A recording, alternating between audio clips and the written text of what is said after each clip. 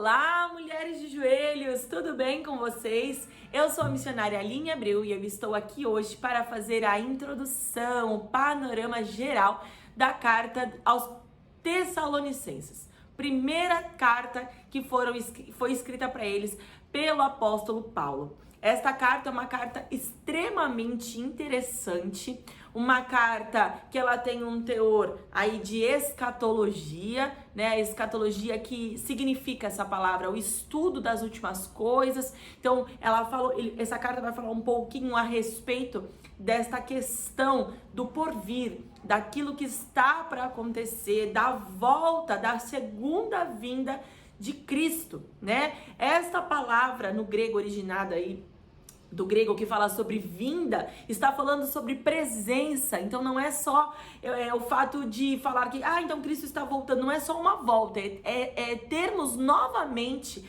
a presença física aqui de Cristo conosco.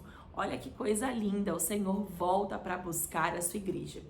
Essa carta aos Tessalonicenses, os teólogos dizem, né, datam ela antes ainda da carta aos Gálatas.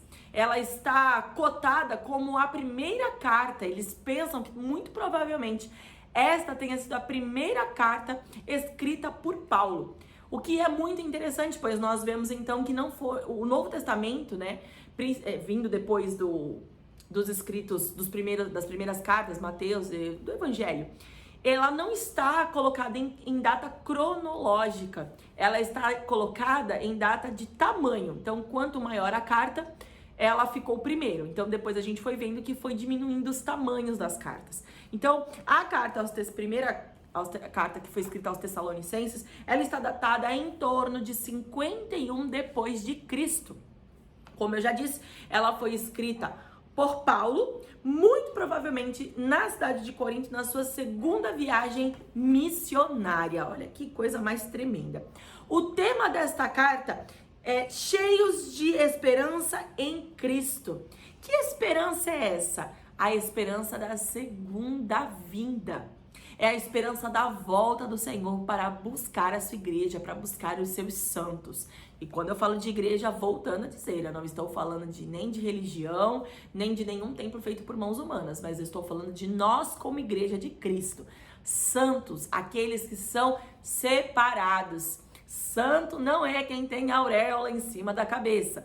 Santos a palavra santo significa separados. Separados pelo próprio Deus para Ele. Pessoas que declaram sua fé em Cristo Jesus são santas e separadas ao Senhor. Se você declara sua fé no Filho de Deus, crendo que Ele veio nesta terra como homem para nos salvar, você é santo, você é separado para o Senhor, você é a igreja dele, amém?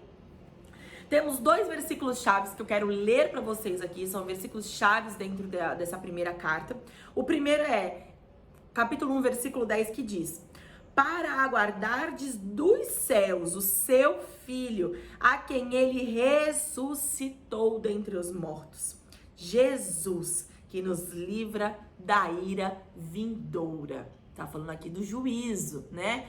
Todos os caminhos levam a Deus, como todo mundo diz. É uma verdade. Todos os caminhos levam a Deus, ao Deus julgador. Mas o único caminho que leva-nos a Deus como Pai é Cristo. Eu sou o caminho. Eu sou o caminho. Não são todos os caminhos, né? E esse é o caminho que nos leva a Deus como Pai. É o caminho que nos livra desta ira vindoura. Amém? Desse juízo final. E o outro é no capítulo 3, versículo 12 e 13, que diz assim: o Senhor vos faça crescer e aumentar no amor uns para com os outros e para com todos, como também nós para convosco, a fim de que seja o vosso coração confirmado em santidade, isento de culpa, na presença do nosso Deus e Pai, na vinda de nosso Senhor Jesus, com todos os seus santos. Aleluia! Glória a Deus! Tanto a primeira Tessalonicenses quanto a segunda carta vão falar a respeito dessa vinda, da segunda vinda do Senhor Jesus, mas de uma maneira diferente. Amém? Na primeira epístola aqui, nós vemos que a vinda do Senhor é relatada em relação aos cristãos, né? Então ele vai falar aqui o que essa vinda é para nós, o que vai acontecer conosco, né? Até na divisão da carta, lembra que a gente sempre fala das divisões do livro? Nós temos aqui do capítulo 1 ao capítulo 3, falando mais de uma maneira pessoal, de uma maneira histórica.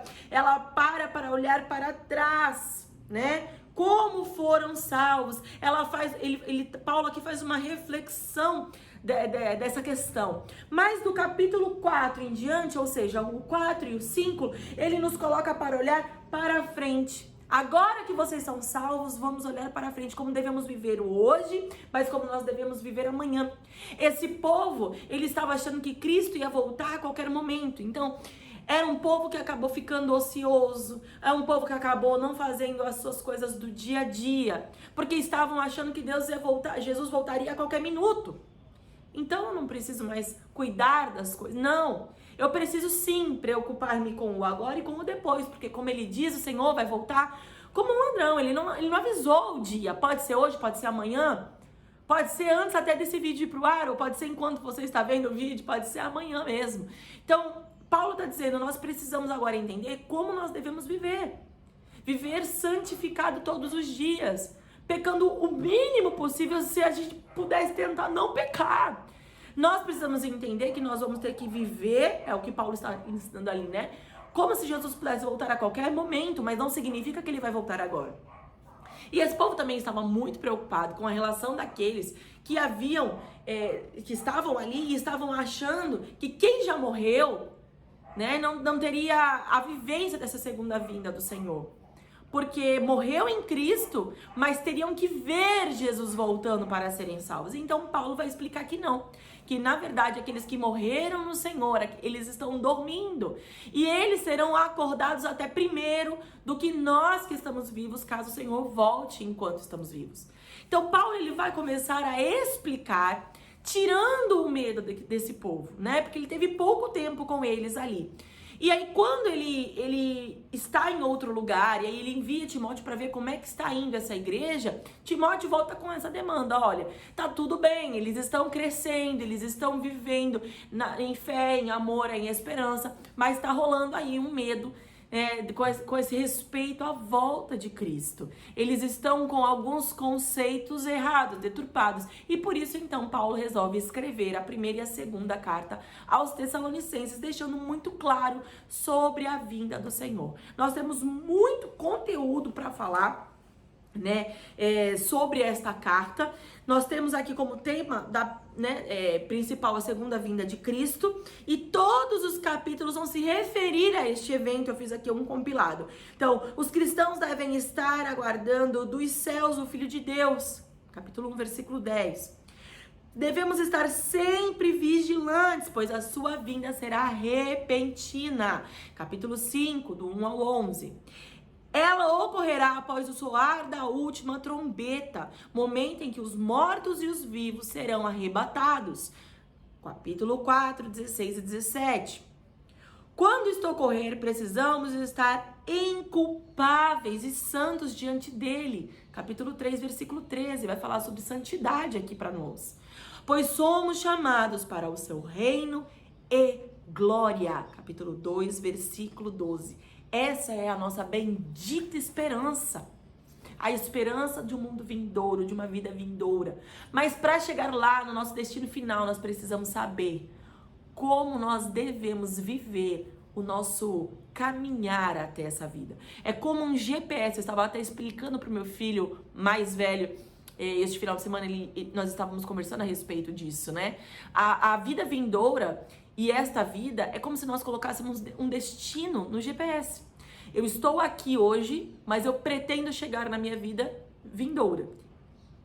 Se eu coloco ela no GPS, fazendo aí uma alusão, né?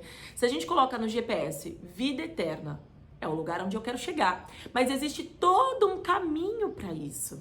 A santificação é o caminho para chegarmos na vida eterna. Precisa ter uma maneira de viver aqui para que possamos então chegar à vida eterna santos, inculpáveis, né? Isso não significa que nós vamos ser perfeitos, mas significa que nós vamos dar o nosso melhor para chegar da melhor maneira possível lá e sermos recebidos pelo Senhor, né? Sejam bem-vindos, benditos de meu Pai.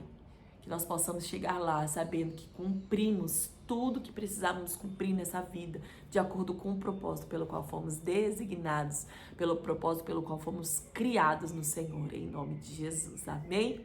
Deus abençoe você. Eu espero que vocês sejam verdadeiramente impactadas pela palavra das minhas irmãs, que vão trazer luz a cada capítulo aqui para você, em nome de Jesus. E eu te vejo no próximo vídeo, amém?